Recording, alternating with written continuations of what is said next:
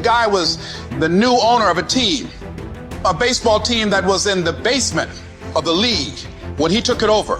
He went to the pitcher and he said, "What is your best throw?" He said, "Well, I got a good curveball and I've got a good fastball." And he went on talking about his different throws. He said, "But tell me this, what is your best throw?"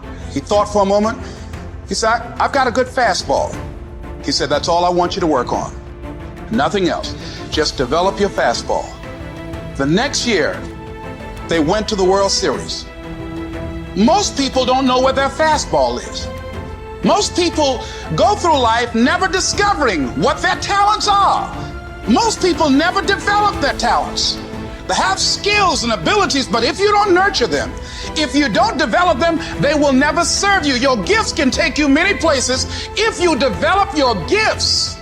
And you'll be surprised at the things that you're able to do. When you learn how to block things out, when you learn how to keep thine eyes single, learning how to concentrate, learning how to focus in, deciding that you're going to focus to develop your skills, you'll be surprised at the ideas that will come to you, of the people that you'll be able to attract, of the opportunities that you'll be able to see. You'll begin to see things that have been standing there looking you in the face saying, "I can't believe this has been here all this time." Compare yourself to who you were yesterday, not to who someone else is today. Because you need to have a hierarchy of improvement. You need to be aiming for something. And that means you're going to be lesser than people who've already attained along that dimension. So the question is, who should you defeat in the final analysis? And the answer is, you should defeat your former self. You should be constantly trying to do that. And you're the right control for yourself too, because you're the one who's had all your advantages and disadvantages. How bad do you really want it? You gotta hear me. People talk about Oprah Winfrey, Ted Turner, Warren Buffett. Listen to me. I don't care how much money you make. You only get 24 hours in a day. And the difference between Oprah and the person that's broke is Oprah uses her 24 hours wisely. Your brain will trick you. You are your own worst enemy. Because life doesn't give you what you want. It gives you what you deserve.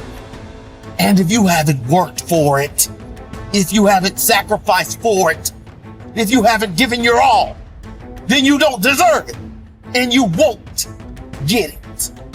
Here's the problem I find most people have. They judge themselves through the lens of a moment.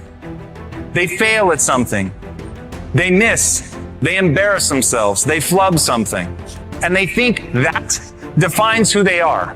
But I'm telling you right now, you're not defined by who you are. You're defined by who you want to become and the price you're willing to pay to get there.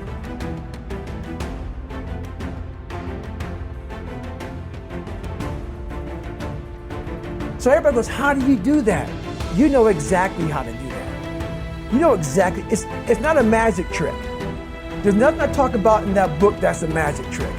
It's all back down to a very primitive mindset of we just have to do. It's like breathing. Breathing becomes normal. Like we don't know that we're doing it. That's how you have to live your life. When that alarm clock goes off at 4 or 5 in the morning, your mind says no. You just say, this is what we do. It's what we do now. Because to get to where you want to go, the amount of pain involved, I'm not saying physical, I'm not saying you got to break yourself off. The amount of mental pain of how many times you're going to have to do something that you don't want to do to get to where you want to go is going to be, there's going to be more times you do something that you don't want to do than you are going to want to do.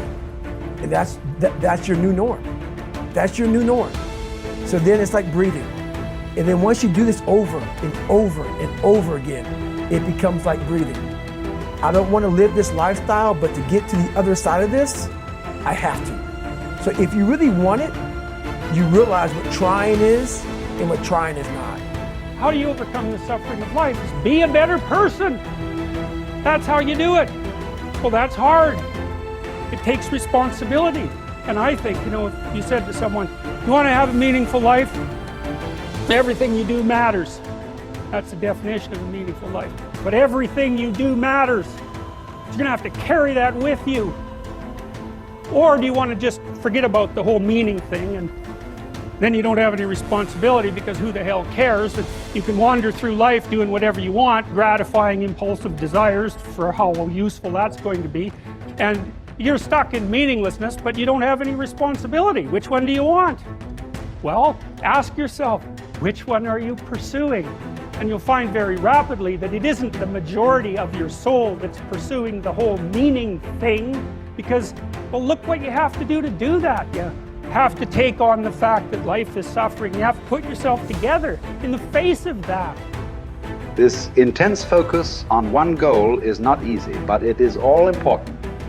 Orison Swett Marden wrote, "The giants of the race have been men and women of concentration, who have struck sledgehammer blows in one place until they have accomplished their purpose. The successful men and women of today are those of one over, mastering idea, one unwavering aim, men and women of single and intense purpose." Marden also said that every great man has become great. Every successful man has succeeded in proportion as he has confined his powers to one particular channel. Single-minded concentration in the direction of your dreams will intensify your desires and increase your emotional drive toward your goal. This intensity of concentration will activate the law of attraction and begin to attract people and opportunities into your life to help you to achieve your goal. The more you think about your goal, the more it will come to dominate and direct your life. The more you think about it, the more rapidly you will move toward it, and it will move toward you. You're already in pain. Get a reward for it. Like, you're already in pain. So at the end of the day, everything is already messed up. So why would you go through all that pain and not get something for it? Like, it doesn't make sense. Like, it doesn't make sense to put all those hours in. Okay, yeah, it was football, but it doesn't make sense to put all those hours in and not transfer those hours to something else. It doesn't make sense not to recycle the pain and get wealth or a successful life, a successful spouse, like whatever, have kids, whatever it is. And so for me, just going through my go-through, I was like, it can't end here. Like, bro, it can't end here. I've worked too hard. I've read the books. I've gone to the conferences. I went to the classes. I got the degrees. Like, it can't end with just life is gonna deal me this hand, you know? And so I truly feel, and I don't wanna promote gambling, you know, but I gambled, you know, as a young adult to make money. And I watched guys who had a royal flush lose because of the giddy and the excitement. I'm like, oh, he got something. You know what I'm saying? Okay, take what I have and leave. But I also watched people who had nothing in their hand with that poker face actually act as if they had a royal flush and win. And so I learned early, like, yo, it doesn't matter if you grow up rich. You still gotta play your hand. It's not like life says, all right, you rich, so you're not gonna have any, your parents will never get cancer. You know, nobody in your family will ever have multiple sclerosis. Like, you'll never get COVID. You're rich. It doesn't work like that. Like, you still have to do life regardless of how you come into life. And I think some people feel, well, if you come into life and everything is great, then that's the way you live life. But no, it doesn't matter. If you come in great, if you come in poorly, it does not matter. You have to do life. And if you're smart, you do life on your terms and you don't let life make you do it on its terms.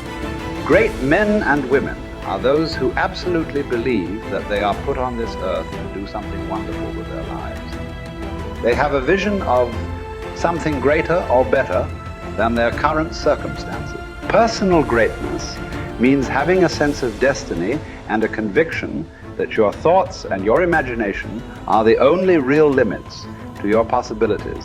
William James said, compared to what we ought to be, we are only half awake. We are making use of only a small part of our physical and mental resources. Stating the thing broadly, the human individual thus lives far within his limits. He possesses powers of various sorts which he habitually fails to use. The founder of Success magazine, Orison Swett Marden, once said, there are powers inside of you, which, if you could discover and use, would make of you everything you ever dreamed or imagined you could become. In a 5-year study of leaders reported on in his book, Leaders, Warren Bennis discovered that each of them consciously avoided the comfort zone by continuously setting higher goals. They never allowed themselves to become complacent. They lived their lives fully extended, always striving to be and do more. To develop unshakable self-confidence, You need to see yourself and think of yourself as a leader, and to do what leaders do. You need to stretch yourself toward the outermost boundaries of your potential. You need to set goals that draw out of you the very best that is in you. You need to work toward objectives that cause you to feel a sense of mastery and peak performance.